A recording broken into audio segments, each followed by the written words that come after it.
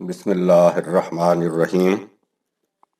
تصوف کی حقیقت، مصنف علامہ غلام احمد پرویز۔ چھٹا باب، مسلمان صوفیہ اور ان کے عقائد۔ نمبر 1۔ جیسا کہ پہلے لکھا جا چکا ہے، ہمارے صدر اول کے لٹریچر میں تصوف یا صوفی کا لفظ تک نہیں ملتا۔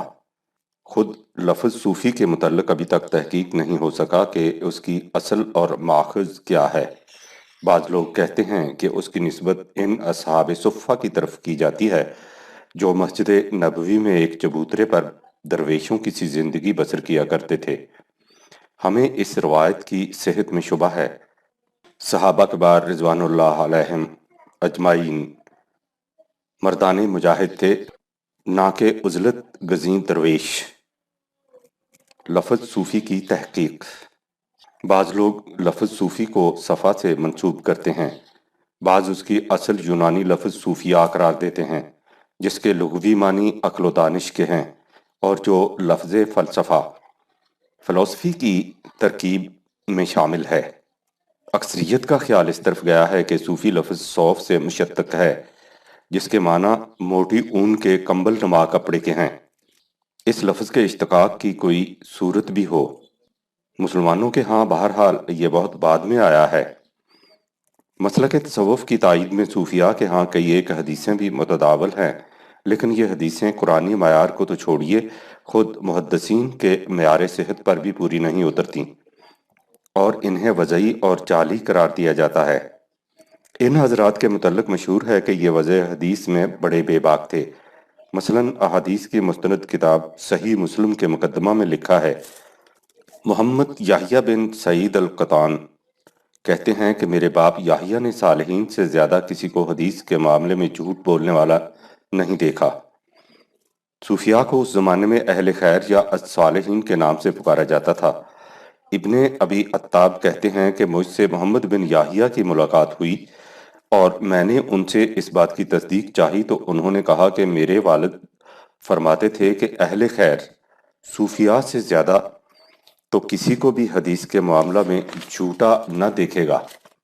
امام مسلم کہتے ہیں کہ جھوٹ ان کی زبانوں پر بے ساختہ جاری ہو جاتا ہے، چاہے جھوٹ بولنے کا ان کا ارادہ بھی نہ ہو۔ مقدمہ صحیح مسلم مطبوعہ مصر، صفحہ نمبر 14۔ اسی مقدمہ میں آگے چل کر لکھا ہے، امام مسلم کہتے ہیں کہ مجھ سے حسن بن علی حلوانی نے بھی بیان کیا اور انہیں یزید بن ہارون نے خبر دی اور انہوں نے کہا کہ ہم کو حمام نے خبر دی کہ ابو داؤد الاعمى نابینا قتادہ تابعی کی محفل میں آیا۔ جب وہ اٹھ کھڑا ہوا تو اہل مجلس نے کہا کہ یہ اس بات کا دعوے دار ہے کہ اس نے 18 بدری صحابیوں سے ملاقات کی ہے۔ قتادہ نے کہا کہ یہ تو طاعون جارف سے پہلے بھیک مانگا کرتا تھا، اسے اس علم سے کچھ بھی مس نہیں تھا اور نہ کبھی علم کے بارے میں کوئی بات کیا کرتا تھا، یہ بدری صحابیوں سے کیا ملاقات کرتا۔ اس سے زیادہ سن رسیدہ حسن بصری اور سعید ابن المسیب نے صرف ایک بدری صحابی سعد بن مالک، سعد بن ابی وقاص کے سوا کسی بدری صحابی سے حدیث سن کر ہم تک نہیں پہنچائی۔ اس طرح قتادہ نے بتا دیا کہ حسن بصری اور سعید بن المسیب نے ابو بکر رضی اللہ تعالی عنہ اور علی رضی اللہ تعالی عنہ سے، جو دونوں بدری صحابی ہیں، کچھ نہیں سنا، اور اس طرح جو صوفیاء اپنے مذہب تصوف کو ابو بکر رضی اللہ تعالی عنہ اور علی رضی اللہ تعالی عنہما کے ذریعے نبی کریم تک پہنچاتے ہیں، وہ بالکل جھوٹ ہے۔ مقدمہ صحیح مسلم، صفحہ 17، مطبوعہ مصر۔ اسی بنا پر علماء حدیث نے صوفیاء میں متداول قریب قریب تمام حدیثوں کو وضعی قرار دیا ہے اور وہ کتب موضوعات میں درج ہیں۔ اولین صوفیاء، یہ حضرات اپنے علم کو کس طرح حضور نبی اکرم صلی اللہ علیہ وسلم تک پہنچاتے تھے اس کے متعلق ہم ذرا آگے چل کر بات کریں گے۔ اس مقام پر صرف اتنا بتانا مقصود تھا کہ قرآن اور حدیث میں تصوف اور صوفی کے الفاظ تک نہیں ملتے، اس لیے اس دور میں مسلمان صوفیاء کے وجود کا بھی پتہ و نشان نہیں ملتا۔ تاریخ بتاتی ہے کہ مسلمانوں میں پہلا شخص جو صوفی کے لفظ سے مشہور ہوا ابو ہاشم عثمان بن شریک تھا، اور صوفیوں کی پہلی خانقاہ 140 ہجری میں